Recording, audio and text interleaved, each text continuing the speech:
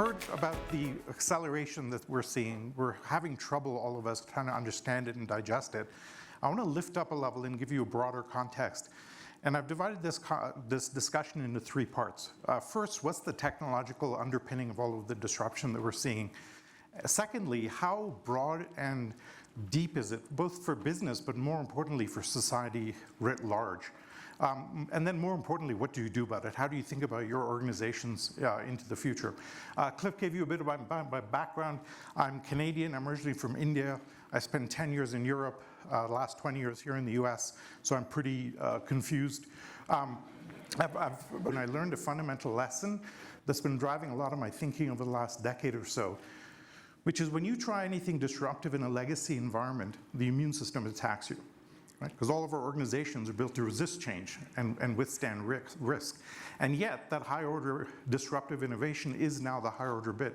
How do we juxtapose with that is almost all of the work and thinking we've been doing around how do you solve that problem, that legacy resistance to new ideas. And it ended up me writing this book on how do you think about that future. How do we build organizations that can scale as fast as technology can scale? Cliff mentioned Ray Kurzweil, who put this particular chart together, and hopefully many of you have seen this graph, which came out of his book, The Singularity is Near. And it basically shows that he's been tracking Moore's Law for over 100 years, and that it's been doubling in its price performance, and computation has been doing that for way before Gordon Moore made his predictions. The question that Ray asked when he saw this chart is, why is that curve so smooth and so predictable? We've had wars and recessions and ups and downs in the industry. You should expect a very jagged stock market shape, and yet you see this incredibly steady, predictable progress, and it doesn't make sense. And Ray spent 10 years researching this, trying to understand why is this happening, and came up with a fundamental observation that's now driving the thinking of a very large number of people, which is once you take a domain, a discipline, an industry area, a product area, a technology, and you power it with information technologies, and it requires informational flow properties, the price performance starts doubling. Right? Most importantly, and this is the hard part, once that doubling starts, it turns out it doesn't stop. It just keeps going. And this is really hard for us cognitively to understand, as Cliff pointed out. All of our brains, all of our intuition, all of our training about the world is linear. 100 years ago, anything important happened within a day's walk. Right? Today, something that happens in Tokyo affects us in minutes. And so this underpinning of this framing is really important, and it led Peter Diamandis to write this book called Abundance, charting out that if we can actually harness this acceleration, we'll soon have an abundance of healthcare, education, clean water, energy in about a decade. And what does that world look like? And just in terms of the concept of the framing of abundance, think about the idea that for 10,000 years, pretty much every business in the world is selling scarcity. If you didn't have scarcity, you kind of didn't have a business. And what happens as we get to abundance in multiple areas like this? So huge implications there. Peter, of course, is best known for creating the X Prize Foundation, which gives large public prizes wherever there are market failures. I joined the board a few years ago with some rather interesting characters on it. And what we do at X Prize is find where there are market failures, governments aren't doing enough, and put a honeypot of a prize down. And we found that when we put down, say, a $10 million prize, we get about 33 times the leverage and innovation as a result of people competing for this prize. And I'll describe two prizes that are out today. One is the Carbon Extraction Prize, which is a $100 million prize for anybody that can figure out how to scale carbon extraction out of the atmosphere and sequester it. And there are 1,000 teams that are in the semifinals of this prize. To get to the semifinals, you have to demonstrate a viable solution that can scale, and then we test the scaling aspect. So the fact that there's 1,300 teams in the semifinals gives us unbelievable optimism that we'll find some solution to figuring out how to extract 100 years of carbon emissions out of the atmosphere. A second prize that we launched a few months ago was the Age Reversal X Prize. And it's a $101 million prize, because they wanted to be the biggest prize ever awarded, on any team that can reverse by 20 years, musculature, neuroprocesses, and immune system, all three. And so there's something like 2,000 teams that are applying for that prize, right? So the implications of that are profound in terms of what happens if we hit that type of inflection and hit the aging barrier and cross it, right? And we can talk a bit more about that. If you notice this graph, it only goes down out to about 2010. Here's the updated version, and you can see it moving exactly at the same pace. It's just continuing to truck along. And it's incredible to see this because, in the 60s when Gordon Moore made his predictions, it was one thing to go from 4 transistors to 8 transistors in 18 months to 16 transistors. When you get to 50 billion to 100 billion to 200 billion, it's near impossible to think that this is possible. And yet we see it continuing to happen. The challenge, and I'll come back to this, is that cognitively we don't see this. Linear exponential growth looks linear for a very, very long time before it hits the knee of the curve, and we kind of ignore it. So if you think about, if I mentioned, say, 3D printing, most of us heard about 3D printing over the last decade or so. Right? Turns out 3D printing is 40 years old. It is not new. When it first emerged in the 1980s, the price performance was terrible. You could print out like 0.01 widgets an hour. 2 years later, it doubled to 0.02 widgets an hour. 2 years later, it doubled again to 0.04, then 0.08. And for a long time, you ignore it. Then it hits like 0.1, 0.2, 0.4, 1.6, et cetera, and then we call it a black swan. Right? So it turns out if you don't spot these doubling patterns early, you get disrupted very badly. If you can spot them early, biggest advantage you could possibly have. Because if you build a solution that layers on that acceleration, your solution scales with the underlying technology, hence the acceleration in AI, et cetera, et cetera. Just to give you one framing in a specific example, if you take an 8.5 by 11 piece of paper, which is about 0.1 millimeters thick, and you ask the question, how thick will it be at 50 folds? It's very hard to answer that question. Okay? So it turns out, I won't put anybody on the spot here, but it turns out at 13 folds, it's a meter thick. At 50 folds, at 20 folds, it's a football field. At 38 folds, you've gone around the Earth, and when you hit the 50th fold, you've gone to the sun. And very few people think of it in that scale. And so this is why we have to retrain our minds to operate and track these exponentials, et cetera. There are 2 things that are completely unique about technology that we've never seen before that I'm going to highlight today. The first is that we have a dozen technologies today all operating on this doubling pattern. And this is simply new in human history. Throughout our world and our history, at any point, maybe one technology is accelerating, maybe another. We've never had this many accelerate all at the same time. Neuroscience, for example, the resolution at which we can image the human brain is doubling every year.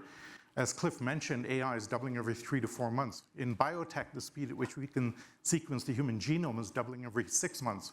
Solar energy is doubling every 22 months in its price performance, and it's been doing that for 40 years. And so this is unbelievable. And more importantly, each one of these is accelerating. Where they intersect, that adds a whole other multiplier to the equation.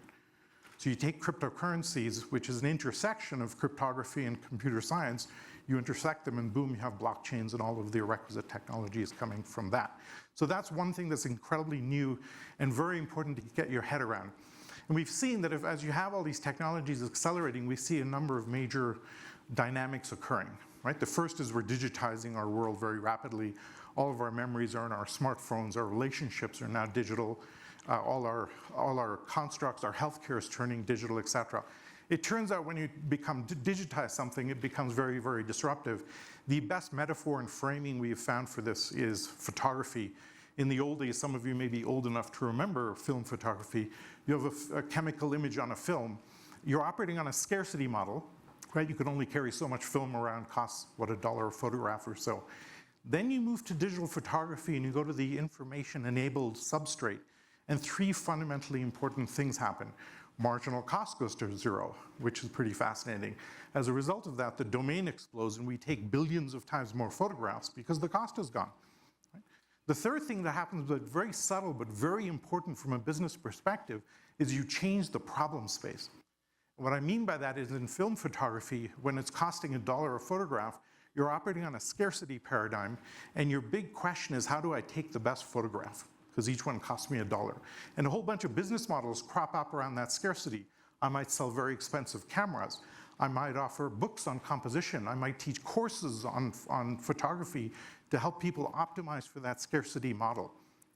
But in digital photography, the problem we all have is we have 5 copies of our photographs on 6 different online services, and you can't find anything. I challenge anybody today to take a group photograph without hitting the button 6 times. Right? And then we never delete those images. And so this is the big challenge. And in this abundance environment and the digital abundant environment, all the business models around that scarcity disappear. Nobody can make money selling courses on photography anymore. It becomes irrelevant. And now we have AIs that can do it, et cetera. So this is the inflection point and transition that we're seeing in industry after industry. We expect this, we've seen this fully occur in the music industry, right? We used to have 7 or 8 major music studios selling cassettes, CDs, DVDs, and now we have 2 major platforms selling you an abundance of music on a subscription model. That's the transformation we expect in healthcare, in education, in transportation, in energy, in all sorts of sectors, moving from a software sale to a subscription model, et cetera, et cetera. Let me touch on a couple of areas just to give you some triangulation around this. I won't touch too heavily on AI. We'll be delving into quite a lot over the next 2 days. But the reason that we need AI is that our brains have not had an upgrade in 50,000 years.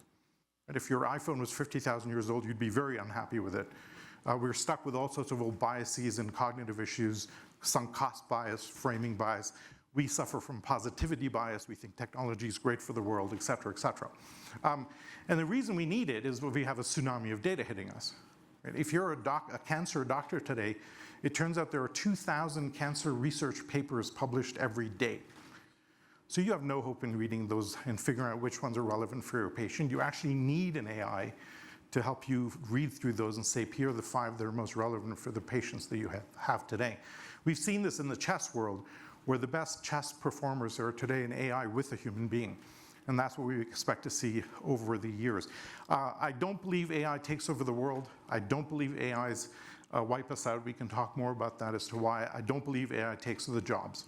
So just to give you some framing around that. But I did want to give you one instance of a technology to give you some sense of the transformation that's occurring, and it's in biotech.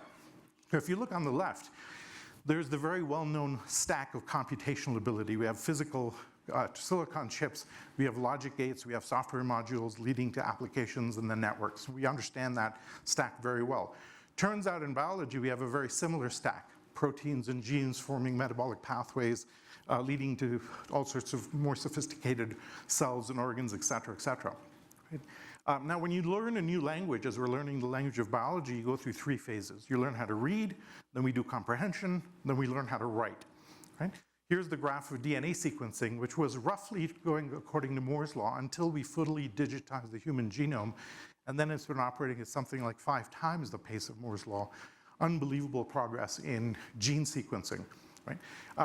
And a quick story here. When they started the Human Genome Project in 1990, they estimated it would take 15 years and it would cost $6 billion. 1997, they were 1% done. And everybody in the field said to Craig Venter and others, give the money back, save your careers. At this rate, it's going to take you 700 years to finish. Okay? They asked Ray Kurzweil, what do you think of this progress? And he said, oh, we're halfway done. Why? Because he was noticing there was a doubling pattern. And that 1% turned into 2%, and in a few years, so by 1999, we were 7% done, and by 2001, we'd solved the problem early and under budget. And that's the difficulty, right? Now, all of us in our companies and our organizations have experts that have been in those domains for decades. When faced with this kind of a curve, they cognitively just don't see it, right? Reading DNA, we've become really good. Even as of 10 years ago, you could take a cigarette butt and just by analyzing the DNA, recreate the face of the person that smoked it. Very exciting for criminologists, et cetera, et cetera. Yielded a lot of NCIS type of episodes. But now we're learning how to write DNA. And obviously, when you start writing DNA, things become rather spooky. There's teams working on recreating the woolly mammoth.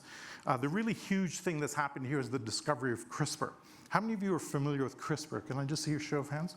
Okay, so it turns out that bacteria don't suffer from viruses. And for researchers who are looking at this thing, every other organism contracts viruses. Why are bacteria immune from this? And it turned out bacteria have developed a very sophisticated system that when they see a virus, they store a copy of it. And when a new virus arrives, they literally edit their own genome to edit it out of themselves. We have now reverse engineered this, basically meaning that a human being with your 10 trillion cells is essentially a software engineering project. because we can now edit the human genome as easily as you can edit a Word document, which has some really profound consequences in how we think about the future in this sense, right? So huge implications coming from that. We're now editing HIV out of cells. We've now solved sickle cell anemia. There's about 10,000 monogenic diseases that were not treatable. And now we can address all of these very profoundly. And this technology is incredibly inexpensive, and every wet lab in the world is playing with this. So just think of the innovation that's going to come out of this. By the way, if you've eaten any apples recently, you'll have noticed that you bite into the apple and you can leave it on the table, and it doesn't turn brown. Why? Because of this innovation. This is a Canadian company that worked out, they found the gene that has the apple oxidize and turn brown and turned it off. And it got FDA approval a few years ago, and now most of the apples we eat are infused with this technology. We don't know the side effects. Maybe it's harder to get a tan when you do this, but huge implications just in that, right? Now, we have an old word for this digital biology stuff. We call it breeding. And for thousands of years, we've been crossing dogs and cats and horses to select for the traits that we want. This is what an ear of corn looks like, but that's after 5,000 years of breeding, because that's what actually, on the right, an ear of corn looked like 5,000 years ago. It was the size of an inch. And by selectively breeding over 5,000 years, we've gotten it to the left.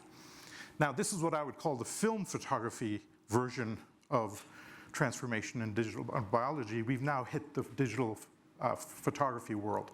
And what can we do with that, right? So that kind of framing becomes powerful. I tried to live this myself. A few years ago, I took a Tesla and I drove from Miami to Toronto, stopped at the charging stations. I would hit the autonomous driving mode.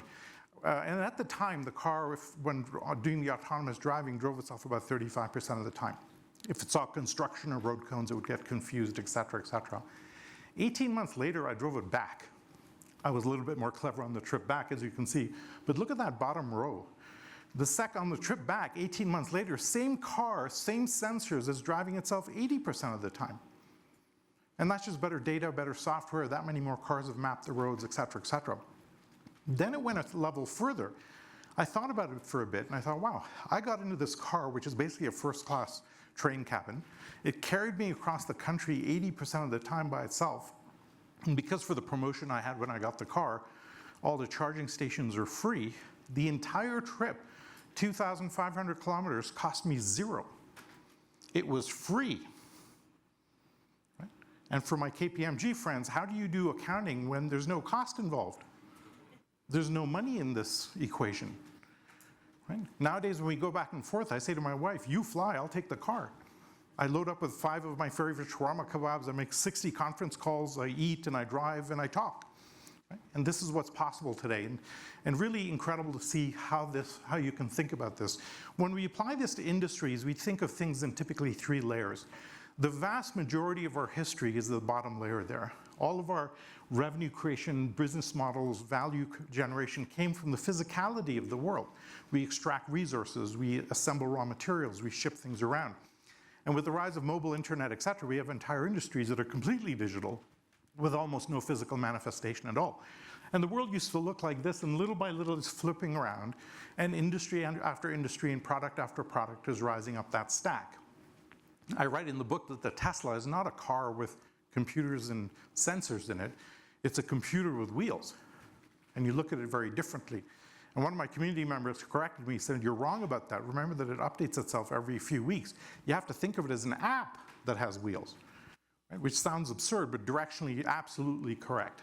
Right? Now, how do we think about that as we apply this same transformation to all of our domains, industries, et cetera? And we have all of these tensions today on how do we handle the future? Products versus experiences. How do you leverage data? How do you organize for the future is really the holy grail in this question. So that's the technological disruption. I think those are table stakes today. The broader issue that I think I'm seeing that is really of concern is the institutional disruption.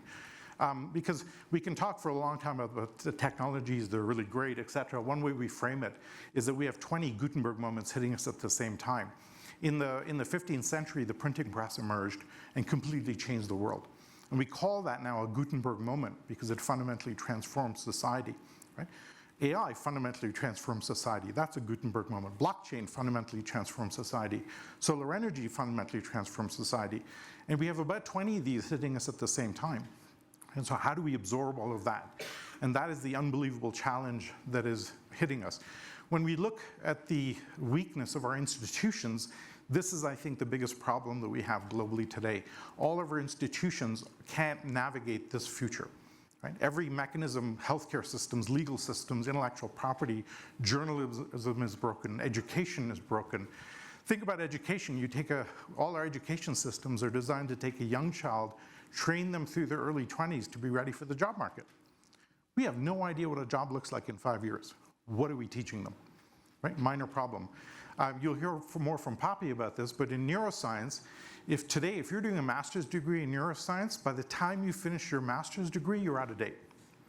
Because the pace of change is faster than our ability to teach it. And that's the fundamental structural challenge.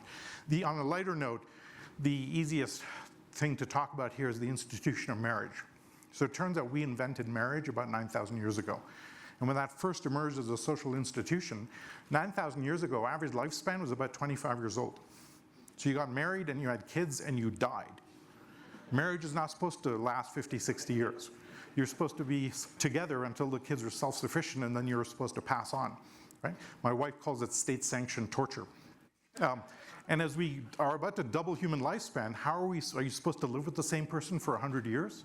Right? How do we evolve the institution which has no feedback loop? I think maybe the fundamental structural problem is if you're running a private enterprise, you have a feedback loop. If you're not making any money, you will run out of business. We have no feedback loop for our institutions. And we have to figure that out. From an advisory perspective, I've told our friends at KPMG, it's the biggest consulting opportunity in the history of the world, is figuring out the future of our institutions. E.O. Wilson, I think, framed it best. He's a very famous biologist. And he said the problem with humanity is our emotions are Paleolithic, our institutions are medieval, and our technology is godlike. Right?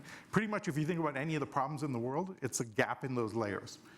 And as leaders, we're going to spend the next 20 years solving for that gap. Because the technology is moving at its pace, we have to figure out how to evolve our human structures to keep pace with it. And it's not an area we're very good at. Individual transformation, I think we've nailed, but the collective group or institutional transformation, we're very, very weak. And most of it comes from this little organ in the back of our brains called an amygdala. Right? We evolved this on the plains of Africa when we were running around. Back then, if you heard a noise in the bushes, you ran. Why? Because bad news can kill you. Good news doesn't kill you. If you miss a piece of good news, you might miss some fruit that you could eat. If you missed a piece of bad news, you died. So our brains, our amygdala, is actually pays 10 times more attention to negative news than positive news because of that survival bias. And the authoritarians can leverage that fear factor very powerfully. Okay? Douglas Adams, I think, talking about the broader things, who wrote Hitchhiker's Guide to the Galaxy, I think framed it typically wonderfully. He said, anything in the world when you're born, that's normal. Anything that's invented when you're young, that's a career. Anything invented after you're 35 years old is just bad for the world, right? Talk to any banker about Bitcoin and you get that kind of, they get hives, they can't cope, et cetera, et cetera. That's the inflection point. So I think he wonderfully put that framing, but that I think is the fundamental issue facing all of us today. Because there's something magical that's happening around technology that gives us unbelievable opportunity. So I mentioned at the beginning there are two things about technology that we've never seen before. The first, that we have a dozen of these technologies now accelerating. The second is the cost. Throughout human history, it's always been true that advanced technologies cost a lot. And only a big government or corporate lab could do R&D, launch new products and services. Today, advanced technologies for the first time in human history are very cheap. This is the cost curve for the cost of light over a period of time. What I want you to pay attention to is the shape of that curve. Right? Very expensive, drops, then it crashes to near zero. I showed you the same shape in DNA sequencing. Here's the same shape of the curve in solar energy. In technology after technology after technology, the cost is crashing to near zero. The cost of training an LLM has dropped like 95% in the last 4 or 5 years, right? Unbelievable progress in that. And this is affording some unbelievable implications at the application level. When we're launching space shuttles, it costs about $600 million per space shuttle launch. Okay? SpaceX, with the repeatable rocket technology, dropped that by 10x, down to $60 million long. Pretty amazing. And here's relativity space, and you'll hear more from our space friends tomorrow. These guys are 3D printing the rocket engines. They're going to be able to do it for about $6 million launch. Okay, so that's a 100x drop in this domain over a 20-year period, meaning we can do 100 times more. Okay? Now, I'll point out that launching rockets is not some Silicon Valley digital media gaming social network play. This is real physics getting weight off the real gravity well of the Earth. If you have a 100x drop in that, what's possible elsewhere? And this is the unbelievable opportunity facing us. The challenge, as I mentioned, that we don't see this, is really hard to spot. And I want to give you a couple of examples of this. This is an article that came out in 2013 saying Moore's Law will be dead by 2022. And not to pick on this particular fellow, but the same article has been occurring every 2 years for 60 years. Every 2 years, we look at the Moore's Law and we go, can't possibly have doubled, and people project, well, now it's gonna end. Okay, now it's gonna end. Okay, now it's gonna end. And it just doesn't end, right? This graph, I think, really frames it the best. What you see in the black is the actual growth of solar energy over a 20-year period, right? Absolute hockey stick up and to the right. Every Silicon Valley revenue graph looks like this. What you see in the colored lines are the predictions from the top energy experts in the world as to the future of solar. And you can see that at every single point, the actual reality is vertical and the experts go horizontal. And year after year after year after year. If the actual reality was like this and my predictions are like this, I should lose my job. And again, these are not lay people, these are literally the top energy experts in the world. What hope is there for the rest of us, right? And look at 2018, it actually goes down. The cost is dropping 50% a year. How do you get to the idea that solar energy is going to drop in its propagation? This is the big challenge. And I'll give you one more macro example to give you a sense of this. It turns out over the last 20 years, if you own a car wash in Buenos Aires, in Argentina, your revenues have dropped 50%. Okay? And one of our consultants and alumni lives down there and says, that makes no sense. The middle class has exploded. Argentinians are very proud people. We like to keep our cars clean. There should be a doubling of revenues or a tripling. Why is there a 50% drop? Is there hyper competition? Are there legal issues? Are there water restrictions? What's going on? So he looks into it, and little by little, over a couple of months, is able to get rid of all the obvious factors, and then he finds the answer. And the answer literally turns out to be Moore's Law. Because of increased computational ability, our ability to model the weather has gotten a lot better, and over a 20-year period, we're exactly 50% better at knowing when it's going to rain. And when you know it's going to rain, you don't wash your car. Now, you can be the smartest car wash owner in the world, and you will not see that, right? We call this the orthogonal effect of innovation, where something comes along from the side and completely disrupts you, and you don't even see it. You can't see it. Assume you will be disrupted. Start from that principle, and then what do you do? And if you look at the dozen technologies affecting us, we're going to see all sorts of disruption in ways that we can't predict. And the reason this is inexorable and unstoppable, and Jason will touch more on this, talking about startups, is as the cost drops, every domain that we can see is going through this as we digitize it. The costs go to zero, you go to open source communities forming, and then you get radical disruption of the status quo. And whether it's drones or biotech or Bitcoin, this is happening across the board. Today, any entrepreneur can enter a legacy environment with a beginner's mind, leverage these exponential accelerating technologies, and totally disrupt a legacy domain. Referring back to biotech, this is a photograph from what's called the iGEM competition. International genetically engineered machines. Teams of college students are getting together.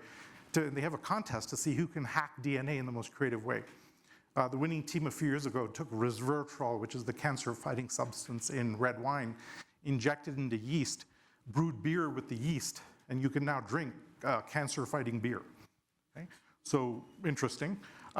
This is the winner from a few years ago who took the DNA of jellyfish that glow in the dark, crossed it with a cat, and you can buy this pet that glows in the dark. Okay? Cat is not happy about this. It can't hide anymore. And these are college kids hacking DNA in this way. Right? So think of the broader implications of what we're going to see come across the board. Give you another point of triangulation here. This is the Vega. It's the third fastest car in the world, 900 horsepower. Looks rather beautiful. This is being engineered and built and designed in Sri Lanka, which is an island off the bottom of India, which is not a hotbed of automotive innovation. This is an island of fishermen and farmers. And I'm going to suggest to you that if you can build the third fastest car in the middle of nowhere with no experience, no ecosystem, no investors, no education, if you can do that there, you can do anything anywhere. We expect to see the most unbelievable explosion of disruptive innovation coming from every corner in the world as this paradigm takes hold around the world. So how do we deal with this? This quote from David Rose has been stuck in my head now for a long time. He made the point that all of our organizations are designed for efficiency and for predictability. Okay? And those are the heuristics for all 20th century organizations. You want to deliver the same Pampers box in 100 locations at the same timeliness, et cetera, et cetera. Except today, you need to be architected for agility, flexibility, adaptability, and speed. And our traditional organizations aren't meant for that. They're top-down command and control, military structures, et cetera. So what we did was we scanned the 200 fastest growing unicorns in 10 years ago and said, how are they scaling? How are they scaling their organizations as fast as you can scale technology? And we tracked and kind of extracted and labeled a model, which I won't cover in detail here. There's a book if you want to go read it. But they all had what we call a massive transformative purpose. And we've got a lot of companies that build and have built unbelievable market value drilling deep into one or more of these capabilities. We have very good research today that shows the more of these characteristics you use, the more scalable and the better performance you will be. Think about that. You can go from a standing, solitary environment to global brand at a cost of near zero, kind of unbelievable. Let me give you one more example. How would you disrupt used cars? It's not that obvious. Maybe you have a better warranty, maybe you have a delivery capability, maybe you do it over an app. What these guys do is they show up at somebody who wants to sell a car, they gather 250 data points, video, photographs, they take an audio of the engine and pass it through a machine learning algorithm, and by the perturbation in the engine noise, they can tell exactly the quality of the engine. And they come up with a price, say it's $10,000.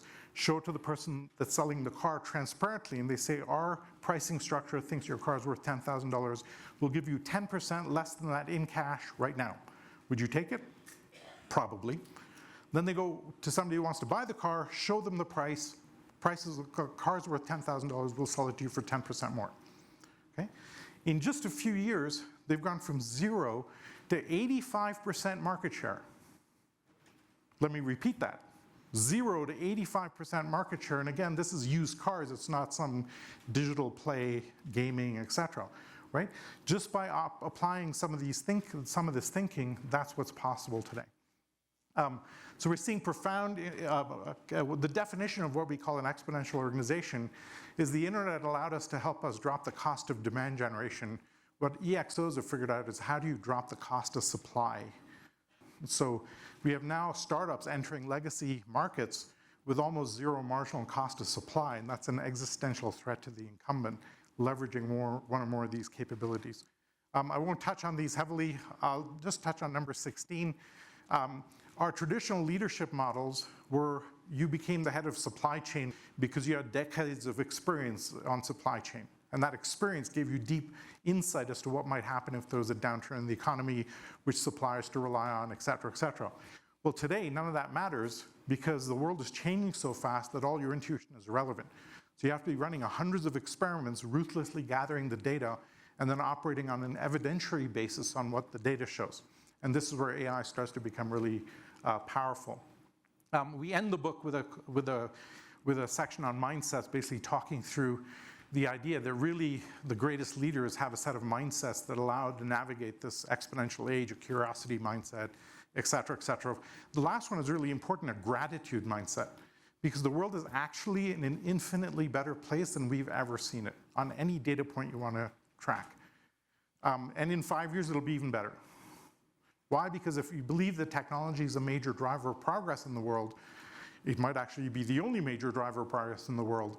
We now have a dozen technologies accelerating which will afford us unbelievable capability, expanded health spans, et cetera, right? So the left there shows you, in our opinion, the most agile and flexible of the Fortune 100 in their org structure, okay? Versus the most brittle and least flexible on the right. And here's the results over a 7-year period.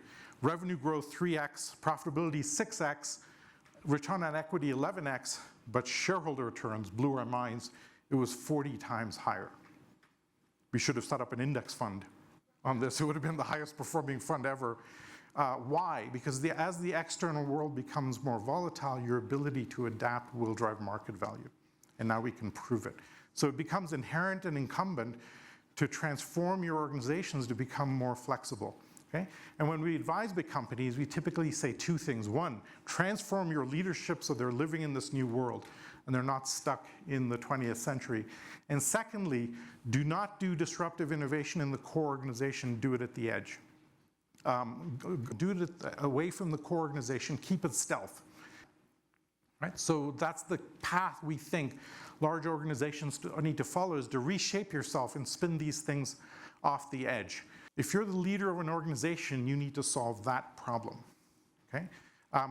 And so ideally, what you end up with is you launch these things off the edge, and then the EXO becomes a new gravity center. About 10 years ago, we did an event. Terry was at the event, I think, and we got together the CEOs of big companies and gave them a 4-day briefing on exponential technologies. And we asked them beforehand, how aware are you of any of these breakthroughs? And most said we have little or zero awareness. At the end of the 4 days, we said, how big of an impact does this have in your industries? 80% said we'd had game-changing impact within 2 years, 100% within 5 years. They all had urgent action items when they got back to the office. We've tracked those organizations, and how many do you think have actually changed? 0. Why? Because that immune system kills you. Because there's one thing if you spend the time and get your head around exponential curves. Try communicating that to all of your middle management, right? So here's what I mean by the immune system, and we'll all have seen many examples of this around our careers, et cetera, et cetera. Every department works this way, needs more thought, management won't accept it, we've tried this 50 times before, et cetera, right? We've developed a 10-week process that we've now open sourced called an EXO Sprint that has found a way of hacking culture at scale in legacy organizations. We've done it 60 times with big companies around the world. And we found a reliable way of doing this. We've even done this in public sector because my real game is how do we solve the immune system in our institutions, and that's where we're trying to get to. And it turns out you can apply this model in a bunch of different ways. In my view, the future of brands is going to be a massive purpose, plus an engagement model like Octalysis, plus an NFT architecture at the end, because the NFT gives you a permanent cookie and you can program your user base using the engagement model, okay? And that's how I think the future of brands is gonna be. I mentioned at the beginning the innovator's dilemma. And I think what's going to happen, the problem with the innovator's dilemma, if you remember Clay Christensen's theory, was that a low-cost incumbent will come along and disrupt the larger, that has to have high costs because of legacy environments. Well, the way you deal with that is you launch the things off the edge and you track a portfolio approach. And something magical is possible now that wasn't possible in 10, 15, 20 years ago, which is in the past, if you wanted to do one of these innovations at the edge, you had to do what was called a make a big bet and put a lot of resources and effort behind it. The CFO hated you and would try and defund it as fast as they could, et cetera, et cetera. But now, because the cost of trying these is so low, you can launch these off the edge and iterate them and only double down when you see success. And so I urge you to listen to Jason's commentary carefully, because every big company is going to end up almost like a venture capital arm, launching these things off the edge and using a portfolio approach. And think of the biggest companies in the world today, all started as 2 people in a garage and iterated very well to get to the level they're at. Every single one of them. Okay? And so this is hugely incumbent on where this goes. So I'm going to pause there. Jeff, you wanted to do some Q&A. Wanted to give you a broad sense of 3 things. One, we have a dozen technologies that are growing exponentially. 20 Gutenberg moments are going to wash away every institution, how we think about the world, and we have to deal with that. And we have an opportunity to make our organizations more adaptable, because the other side of that disruption is opportunity. And if you can harness that opportunity, there's infinite possibilities, as we're seeing with some of the upstarts today. Thank you very much. Cliff. You have some questions and comments, I'm sure. We have some questions for sure. And if you are all using the app and you have questions for Salim or any of the other speakers, please be sure to enter these into the app. So Salim, in your book, Exponential Organizations, you discuss how new organizations can be 10 times better, faster, and cheaper. And given this exponential and rapid rate of change, if you were a board member, so we have quite a few board members in the crowd. If you're a board member, how would you evaluate and identify the senior most executive talent needed to lead a business into the next 5 years? Ooh. Can I be provocative? Yes. Okay.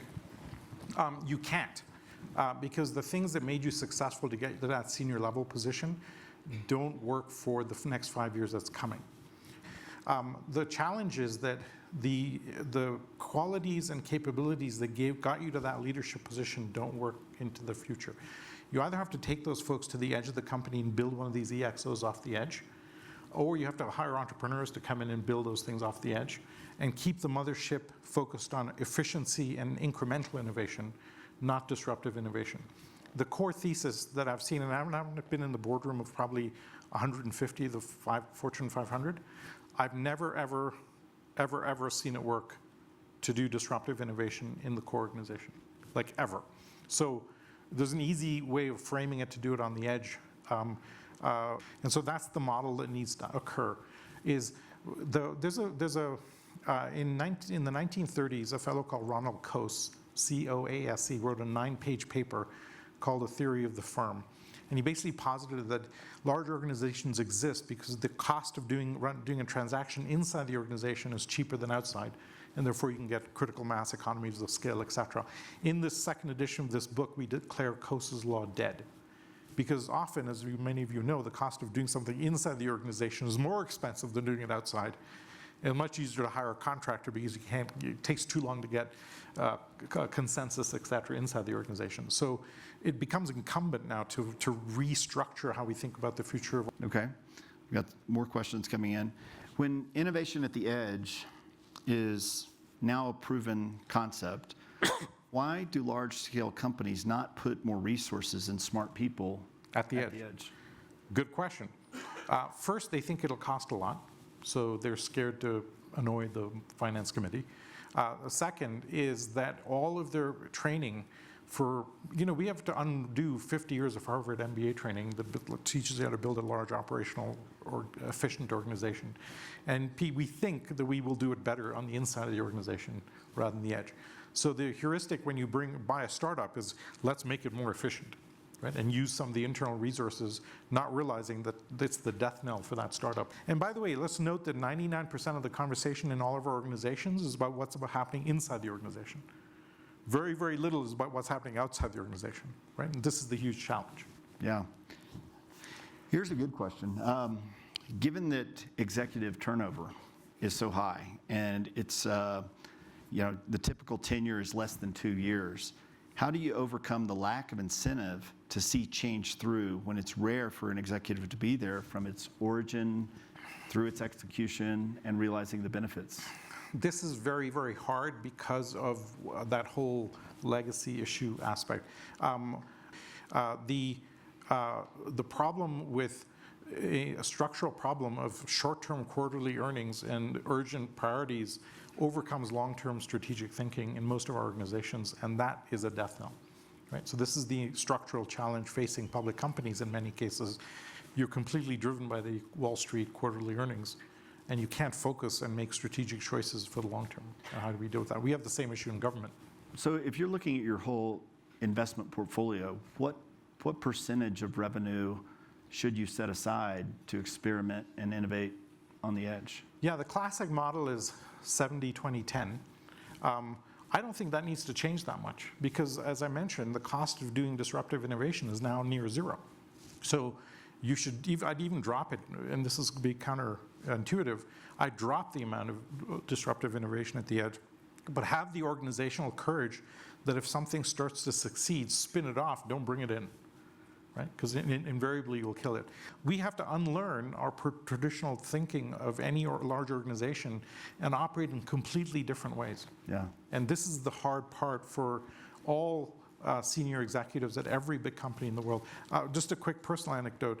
I spent 7 years building Singularity, and about 2 years after the book came out and I was running around, Peter did an offsite with the board, and I asked a question, what do we want Singularity to look like in 10 years? And they said, well, you helped build it, why don't you go do that exercise? Right? So I thought, all right. So I went off to do that exercise, and I found that I couldn't do it. Because the model we built was so successful, my mind kept going back to that model, right? Which was clearly the wrong thing, because in 2008, when we first built it, there was no social networks, there was no e-learning platforms, there was no ecosystems of common learning systems, et cetera. And you would need to do things differently. And I couldn't get my own head around that, and that was just one domain. Right? So if you've been 20 years of doing supply chain, you have no hope in stepping outside that bucket to operate in a very independent, different way. One way is to completely change careers, okay, and come in with a beginner's mind into new environments. And the other way is take a bunch of psychedelics or something. the other model. All right. Well, we may have time for one more short question. I don't think any of these are short questions. But let me just ask you something easy, maybe. Given all of your conversations with companies, you're working extensively with us, but you're working with other companies. What are the questions that you're not being asked, that you should be asked? Or what you're surprised that people aren't coming to you with questions? What should we be asking you? The simple answer is, how do I disrupt myself? That's the question. Most people don't think of that. And you can do red teaming of things, et cetera, but to actually then instantiate that and build it and have the courage to build it is a next level thing, which I think becomes a necessary skill set for executives and board members. Because if you're not disrupting yourself, somebody else is going to disrupt you. We have two modalities in the future world. You're the disruptor or you're the disrupted, right? There's no middle ground. And you kind of have to make a choice about that. Yeah. Right? I do want to mention of the AGI thing. There's about a dozen facets of intelligence. And the IQ test measures two of them, the speed of thought processing and the ability to match concepts across frameworks.